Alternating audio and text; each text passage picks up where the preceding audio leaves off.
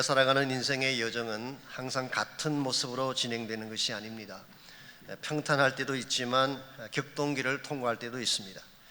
젊고 패기만만한 청년의 시기도 있지만 중년기와 노년기를 거치면서 방황하고 힘들어할 때도 있습니다.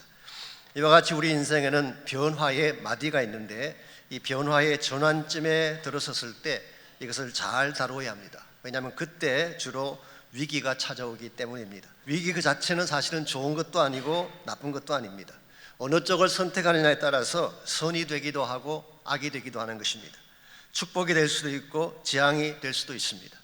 특별히 여러분과 제가 인생을 살아가는 과정에서 광야 안에서 위기를 만났을 때 그 위기를 바르게 잘 다루어야지 광야를 잘 통과할 수가 있게 되고 광야 너머에 하나님이 준비해 놓으신 참된 축복인 약속의 땅에 들어갈 수가 있습니다.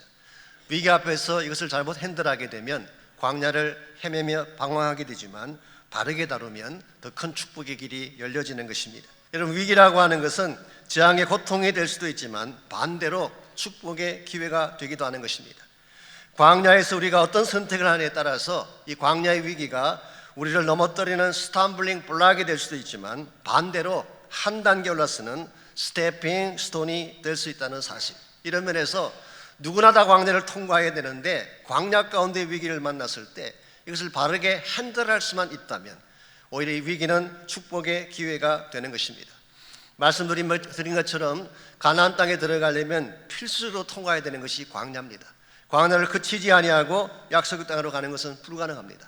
오늘 여러분과 저의 인생 가운데도 하나님의 약속까지 나아가려면 반드시 광야를 지나가야 되는데 이 광야 한가운데서 찾아오는 위기를 어떻게 핸들할 것인가, 이것을 어떻게 핸들하면 우리의 삶이 더 복되고 아름다워질 수 있을지 오늘 주신 이 본문을 가지고 그것을 함께 나누보려고 합니다. 오늘 같이 읽은 본문은 영적 혼란과 위기 속에 있는 고린도 성도들을 향한 권면의 말씀입니다. 지금까지 소개해드린 것처럼 고린도 교회는 그 당시 가장 음란하고 우상 숭배가 팽배했던 도시에 세워진 교회죠. 그러다 보니까 자연스럽게 영적 정체성 위기가 찾아오고 또 세상의 음란한 문화가 교회 속에 들어오게 됐습니다. 이와 같이 영적으로 혼란하고 위기 가운데 처한 그 성도들을 향해서 오늘 본문에서 사도 바울은 이스라엘 백성의 일대기를 통하여서 그들의 삶에 경고하면서 구면의 말씀을 적고 있습니다. 어느 민족이나 국가도 이 라이프 사이클이 있습니다. 처음 태동기가 있는가 하면은 청년기가 있고 중장년기를 거쳐서 노년기로 가는 이 라이프 사이클이 있는데 이스라엘의 케이스도 마찬가지라고 할 수 있습니다. 오늘 본문에 보시게 되면 바울은 이스라엘 민족이 어떻게 태동되어지고 어떻게 성장했다가 나중에 어떤 모양으로 흩어지게 되는지를 오늘 본문을 통해서 소개를 하고 있습니다. 먼저 1절과 2절을 보시면은 이스라엘 민족의 태동기가 다음과 같이 소개가 되어 있습니다. 형제들아, 나는 너희가 알지 못하기를 원치 아니하노니 우리 조상들이 다 구름 아래에 있고 바다 가운데로 지나며, 이게 구름 아래에 있다 이 말의 뜻은 하나님 임재 아래에 있다 그런 뜻입니다. 즉 하나님의 은혜 밑에서 태동한 것이 이스라엘 민족이에요. 이스라엘 민족의 출발점은 하나님의 은혜라고 할 수가 있습니다. 바다 가운데 지났다, 이것은 홍해를 걷는 사건을 말합니다. 영적으로 설명하면 구원 사건을 의미하는 것입니다. 그래서 그들은 애굽에 살던 종살이를 청산하고 바다를 건너가서, 즉 홍해를 건너감으로 구원에 이르게 됩니다. 그래서 2절 말씀 보게 되면 바울은 이것을 뵙티즘 받은 사건으로 묘사를 하고 있습니다. 구름과 바다에서 침례를 받았다. 이것은 하나님 백성으로서 이제는 애국과 단절을 선포하고 하나님 백성의 정체성을 가지고 바르게 살 것을 말한 것입니다. 이런 측면에서 이스라엘 백성의 태동기는 독특하다고 할 수가 있습니다. 하나님의 은혜로 시작된 축복된 민족이 이스라엘 백성입니다. 3절과 4절을 보면은 그들의 청년기가 소개되어지고 있습니다. 그들이 가장 왕성하고 활발할 때가 어떤 때였는가? 3절과 4절을 보십시오. 다 같은 신령한 음식을 먹으며, 이건 어떤 것을 의미할까요? 이스라엘 백성의 광야 가운데 있을 때에 하나님께서 만나라고 하는 특별한 음식을 내려주었어요. 어떤 성경 주석가는 매출하게도 포함되지 않았을까 그렇게 설명합니다만은 어쨌든 하나님이 주신 특별한 양식을 그들은 공급받고 먹었습니다. 4절 말씀, 다 같은 신령한 음료를 마셨으니 이는 그들을 따르는 신령한 반석으로부터 마셨다고 설명합니다. 여기 보게 되면은 그들이 마신 신령한 음료, 이것은 모세가 머리바에 갔을 때에 반석을 치자 거기서 생수가 터져 나왔죠. 이 생수를 모든 이스라엘 민족이 다 마시고 육축과 가축들이 다 마시고 새 힘을 얻었다고 설명을 했습니다. 여기서 한 가지만 설명하고 지나가야 될 대목이 있는데요, 그들을 따르는 신령한 반석, 이게 무슨 뜻일까? 이건 직역하게 되면 그들과 동행하는 반석, 그렇게 번역할 수 있습니다. 혹은 그들과 여정을 함께 가는 반석, 그런 뜻이에요. 이게 무슨 의미로 기록된 말씀일까? 어떤 성경 주석가는 이렇게 설명합니다. 실제로 이스라엘 백성이 광야를 통과하는 동안에 14피트 높이의 바위가 이스라엘이 광야를 여행하는 동안 늘 따라다니면서 물을 뿜어내었다, 그렇게 설명하는 주석가가 있어요. 그분들이 그렇게 설명하는 이유는 외경이나 랍비들이 쓴 글에 보면 이 내용이 나오기 때문에. 그런데 과연 그랬을까요? 이스라엘에 가는 곳마다 실제로 바위가 쭉 따라다니면서 계속 물을 뿜어내는 이런 일이 있었을까요? Maybe, 그러나 제 생각에는 아닌 것 같습니다. 만약 그게 사실이라면 왜 그 기록이 구약 성경 어디도 나오지 않겠어요? 어딘가 나와야 되는데 아무 곳에도 그런 기록이 없는 것을 보면 아마도 창조적 상상력이 아닌가, 그렇게 생각합니다. 그 해석보다는 오히려 이 반석의 궁극적인 성취가 예수 그리스도이기 때문에 예수 그리스도의 동행을 강조한 것으로 보는 것이 더 옳습니다. 실제로 요한복음 7장 38절에 보면 예수님께서 이렇게 말씀하셨습니다. 나를 믿는 자는 성경의 이름과 같이 그 배에서 생수의 강이 흘러나오리라. 나를 믿는 자는 배에서 생수의 강이 흘러나오게 된다. 그리고 그 다음 절에서 이것은 장차 믿는 자가 받게 될 성령이다, 그렇게 설명해 주셨어요.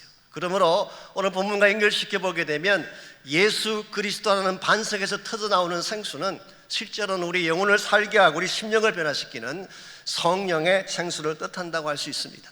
정리하게 되면 이스라엘 민족의 청년기는 굉장히 에너제틱했어요. 활기가 넘쳐났었어요. 마음껏 하나님이 주시는 만나를 먹고 생수로 체험받고 풍성한 가운데 성성장구에서 전진해 간 것이 이스라엘 민족의 청년기라고 할 수가 있습니다. 그랬는데 5절 말씀 보시면 여기에서 문제가 생깁니다. 5절 말씀, 그러나 그들의 다수를 하나님이 기뻐하지 아니하셨으므로 그들이 광야에서 멸망을 받았느니라. 여기 광야에서라는 표현이 나옵니다. 이것은 in the wilderness. 좀 더 풀어 설명하자면 광야 한복판에서 그런 뜻이에요. In the middle of wilderness. 광야 한가운데서 문제가 생긴 것입니다. 여러분, 광야라고 하는 곳은 척박한 땅입니다. 생각보다 힘들고 어려운 돌짝길, rocky road가 광야의 길입니다. 그런데 이스라엘 백성이 전진하고 행군을 해서 광야 한가운데 들어갔어요. 광야 한복판에서 앞을 쳐다보니까 아직 가야 될 길이 멀리 남아 있습니다. 그렇다고 해서 되돌아가려고 뒤를 돌아보니까 되돌아가기에는 너무 많은 길을 들어와 버렸어요. 그래서 앞을 향해 갈 수도 없고 되돌아갈 수도 없는 광야의 한복판, 이게 in the middle of a wilderness, 여기서 시험에 빠진 것입니다. 이것을 우리는 광야의 위기라 그렇게 부를 수도 있고, 혹은 인생의 일대기를 가지고 표현한다면은 midlife crisis, 중년의 위기다, 그렇게 표현할 수도 있습니다. 제가 중년이라는 단어를 쓰니까 흔히 40대나 50대를 말한다 생각할지 모르지만 실제로는 중년의 범위가 굉장히 넓습니다. 이 미국에서 발간되는 Psychology Today라는 잡지가 있는데요, Psychology Today에 보게 되면 그 사람들은 중년의 나이를 40부터 65세까지 잡았어요. 그래서 우리 인생의 한가운데, 그래서 Central Period of a Person's Life, 이것을 그들은 중년이라고 불렀어요. 한 사람 생애의 한가운데 기간. 더구나 요즘은 아시는 대로 기대 수명이 굉장히 길어졌잖아요. 제가 2017년에 나온 통계 자료를 봤더니 한국 경우에 남자의 기대 수명이 79.7세, 거의 80세예요. 여자분들은 85.7세입니다. 그래서 요즘은 60대도 젊다고 말을 합니다. 실제로 어느 교회 나이 드신 권사님이 많은 교회인데 그 교회에서는 60대를 새댁이라고 부르는데, 젊은 새댁 그렇게 부르는데, 왜냐하니까 연세가 많은 분들 입장 볼 때는 아직 젊기 때문에. 그러므로 이 midlife crisis, 이 중년의 위기라고 하는 것은 사실은 인생의 한복판, 인생의 전환점에서 만나게 되는 위기를 설명하는 것으로 보는 것이 옳습니다. 보편적으로 중년이 되면 세 가지 변화가 일어난다고 합니다. 첫 번째가 신체적인 변화가 일어나요. 몸이 예전 같지가 않습니다. 갱년기가 찾아오고 호르몬이 변하게 되고, 그래서 옛날 생각하고 축구공 들고 나갔다가는 큰일 나는 것입니다. 그렇게 뛸 나이가 아니에요. 두 번째로 정신적인 변화가 일어납니다. 남자들의 경우는 자존감이 없어지기 시작한대요. 회사를 다니고 일을 할 때는 그래도 자기 보이스가 있었는데 은퇴하고 집에 들어왔더니 삼식의 애환을 피할 수 없는, 그 부인의 눈치를 봐야 되고 핍박을 피할 수 없는, 이것이 남자들의 모습. 여자들의 경우는 정체성에 대한 문제가 생긴다고 합니다. 내가 누구인가에 대한 질문을 하기 시작하는, 그동안 누구 엄마라고 불렸는데 누구 부인이라고 불렸는데 자신을 찾고 싶어하는 것이죠. 뿐만 아니라 여성성을 잃어가고 남성화 되어져가는 모습에 스스로 당황한다고 합니다. 그래서 일본 작가인 사카이 준코가 쓴 책이 한 권 있는데요, 저도 중년은 처음입니다 라고 하는 재미있는 책이 있어요. 그 책에 보게 되면 중년 여성이 한 사람씩 다닐 때는 무해하지만 별로 문제가 없지만 무리를 지어 다니는 순간부터 거칠어진대요. 민폐를 끼치고 얼굴이 두터워지게 되고, 이게 중년의 특징 중에 하나로 뽑았어요. 중년 여성이 꽃을 좋아하는 이유가 뭔가? 자기 안에 꽃이 사라지기 때문이라고. 또 그들 가운데는 여전히 꽃이 피어 있다고 주장하는 분도 계시는데 자세히 들여다보면 조화 같은 느낌이 든다. 이게 사카이 준쿠가 한 말입니다. 세 번째로 관계성의 변화가 일어납니다. 부부관계가 예전 같지 않습니다. 밋밋하고 지루해지는 것입니다. 즉 사랑의 유효기간이 끝나가기 때문이죠. 만약 이와 같은 중년의 시기에도 와이프만 보면 가슴이 뛴다, 그런 사람은 대부분 치매기가 있는 사람이라고 말합니다. 여러분, 이와 같은 인생의 전환점의 시기에 위기가 찾아오는데 그때의 위기를 잘 다루지 아니하면 우리는 실패의 나락으로 떨어지게 되는 것입니다. 오늘 본문에 나타난 이스라엘 백성들의 케이스는 여기서 잘못된 선택을 했습니다. 6절에서 10절까지를 보면 그들이 광야에 처했을 때 선택했던 네 가지 잘못된 선택이 오늘 본문에 나와 있고, 사도 바울은 이것을 거울 삼아서 너희들은 그렇게 하지 말라고 소개를 하고 있습니다. 오늘 7절 말씀 보시면은 이스라엘 민족은 우상 숭배를 택했습니다. 즉 하나님을 빼버리고 그 자리에 우상을 세우는 이런 악을 행했어요. 8절 말씀 보면은 음행을 택했습니다. 이방 여인들과 같이 혼합하면서 음행의 죄를 지었습니다. 9절 말씀 보게 되면 주를 시험했다. 이것은 바로 불신을 말하는 것입니다. 하나님에 대한 불신을 가졌어요. 그리고 네 번째로 10절 말씀 보면은 원망했다고 했습니다. 하나님에 대해서 불평하고 원망한 것입니다. 이와 같이 우상을 택하고 음행을 택하고 불신을 택하고 원망을 택한 결과 5절 마지막 부분에 어떤 결론이 나와 있나요? 광야에서 멸망을 받았다고 기록하고 있습니다. 이게 멸망받았다는 이 말의 뜻은 사실은 흩어졌다는 뜻이에요. scattered, 혹은 어떤 영어 번역에서는 뒤집혀졌다, overthrown 되어졌다, 그렇게 번역을 했습니다. 즉 축복의 여정이 아픔과 고통의 여정으로 바꾸어지게 된 것이죠.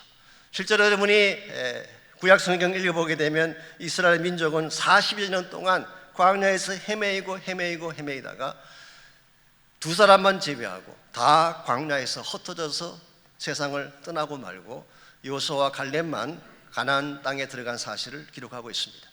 이것을 소개한 사도 바울은 우리는 그렇게 살지 말자, 이것이 오늘 본문의 핵심 내용이라고 할 수가 있습니다.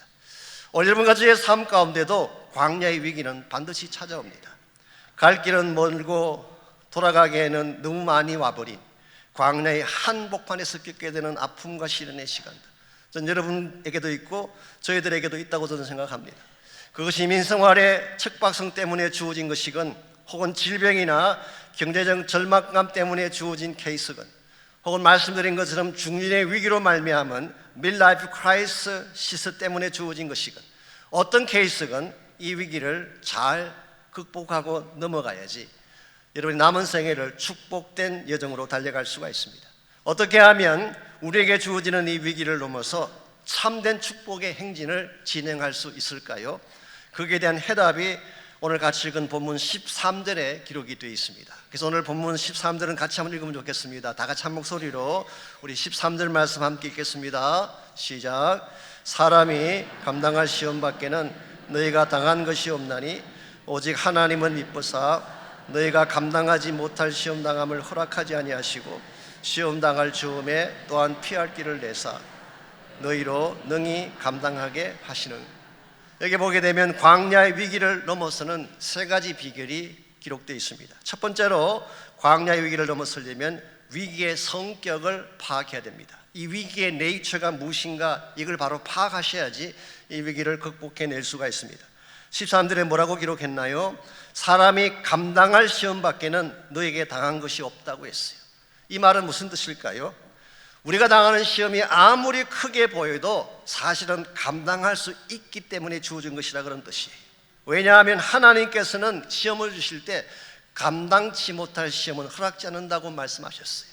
그러므로 여러분과 저의 삶 가운데 찾아온 위기가 아무리 크고 어려워 보여도 이 위기는 여러분이 정말 감당하려고 마음먹으면 이길 수 있는 것입니다. 그러므로 위기 앞에 지레겁을 먹고 포기하는 것은 굉장히 어리석은 태도예요.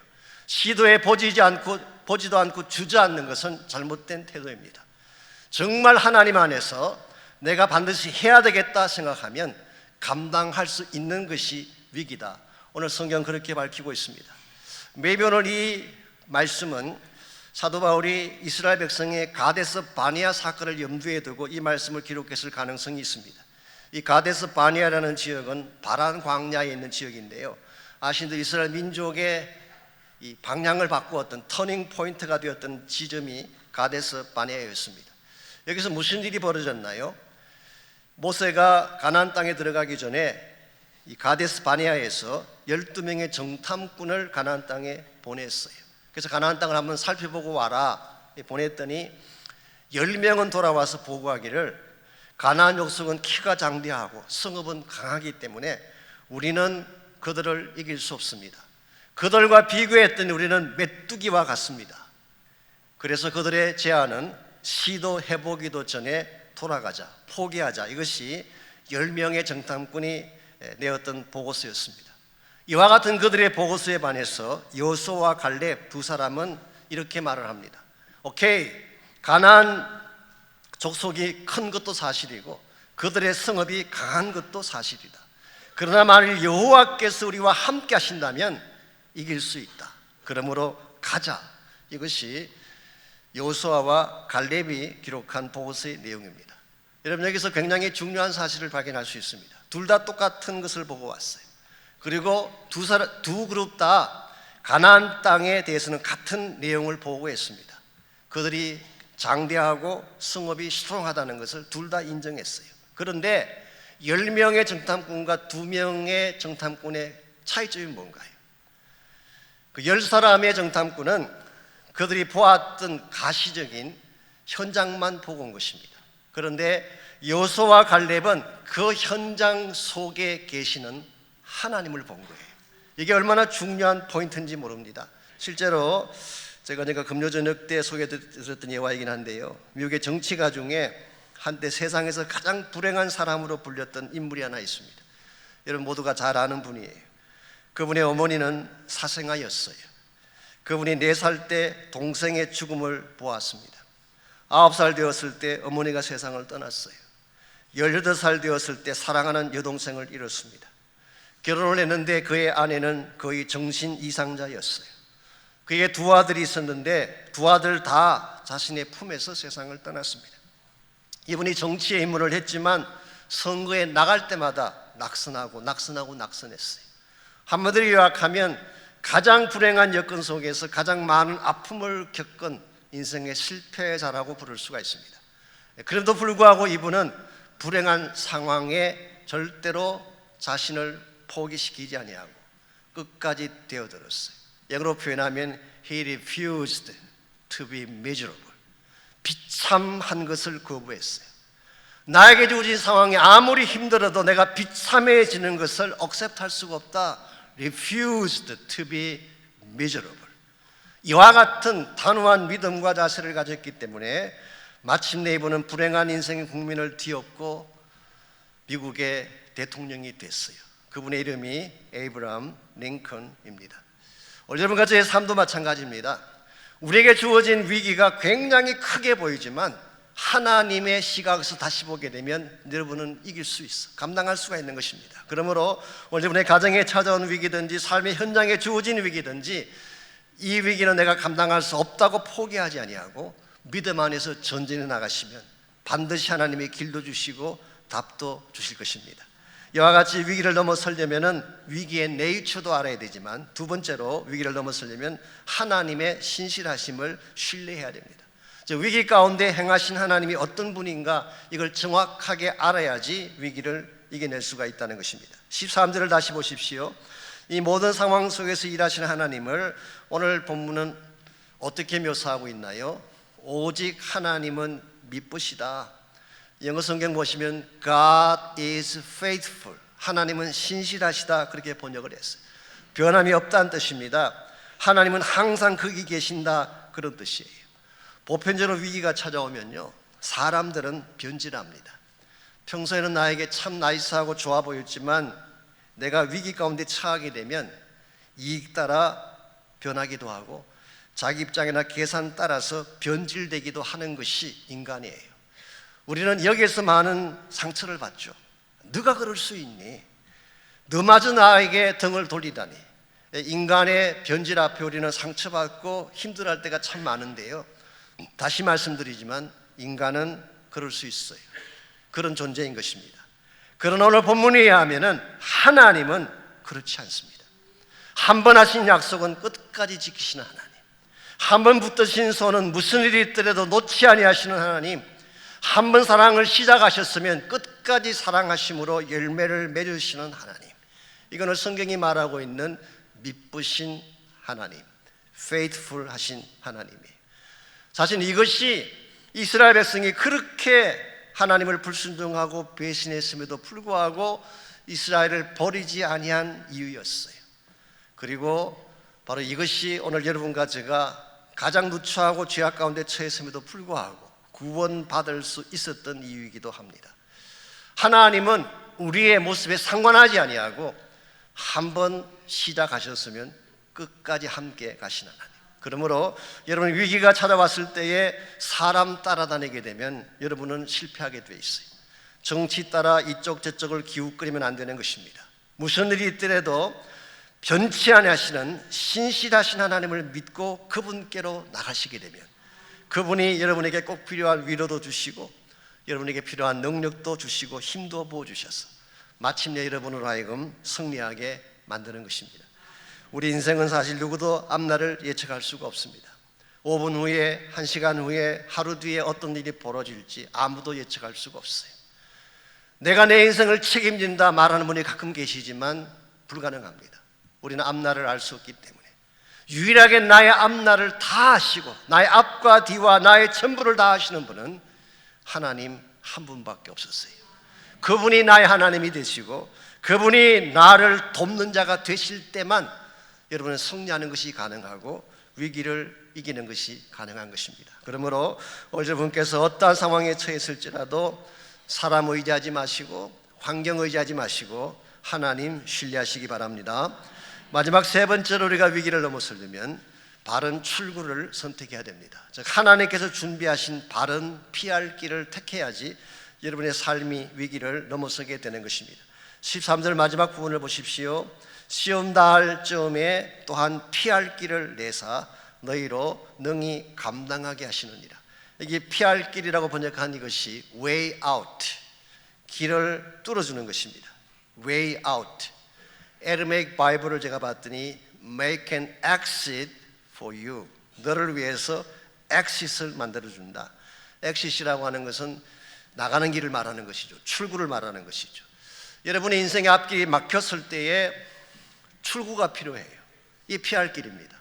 출구가 열려 있어야지 여러분이 그것을 향해 나갈 수가 있는데 이걸 누가 준비하시느냐? 하나님이 준비하신다는 뜻이에요. 하나님이 여러분과 저에게 시험도 주시지만 시험을 주실 때는 반드시 그 시험을 피할 수 있는 엑싯도 준비해 주시는 것입니다. 이 사실 여러분과 제가 안다면은 시험이 왔을 때에 시험만 바라보고 당황할 것이 아니라 하나님이 준비하신 출구가 무엇인지를 정확하게 관찰하고 그 출구를 향하여 나가게 되면 여러분은 승리할 수가 있고 하나님이 기뻐하는 축복을 누리게 되는 것입니다. 예를 들어서 아까 말씀드린 midlife crisis, 중년의 위기가 왔을 때에 앞에서 소개해드린 이스라엘 백성이 선택했던 그 길을 택하게 되면 결국 그 위기는 멸망으로 가게 됩니다. 그 위기에 처한 가정은 깨어지게 되고 그 인생은 무너지게 되는 것입니다. 예를 들어서 이스라엘 민족이 우상을 택했잖아요. 이것은 사람을 대체한 것입니다.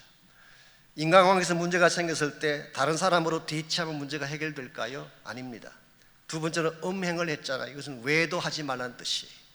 위기가 찾아왔을 때에 외도하면은 망하는 길입니다. 세 번째로 그들은 하나님을 테스트했다 그러는데 불신이죠. 위기가 왔을 때 서로를 불신하기 시작하면 위기는 해결되지 않아요.